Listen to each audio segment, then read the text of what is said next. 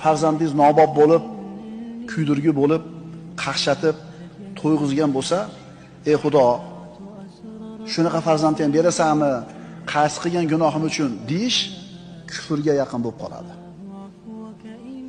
Sizni qilgan ishingiz, sizni yegizgan noningiz, sizni odamlardan qarg'ish olganingizni oldida hamma bolangiz emas, bitta bolangizlar kuydirgi bo'ldi. Agar Alloh taolo adolat qilganda hamma bolangiz kuydirgi bo'lish kerak edi. Lekin bittasidan totyapsiz. Shuning uchun farzandidan ozgina musibat tortayotgan birodarlar oramizda bor bo'ladigan bo'lsa, bolalarni malomat qilmaylik. Ma'qulmi? Qandoq balo kunda tug'ilib qolgan ekansan? Nimaga palonchini bolasida qilmasdan demanglar. Chunki u palonchini bolasi. Bu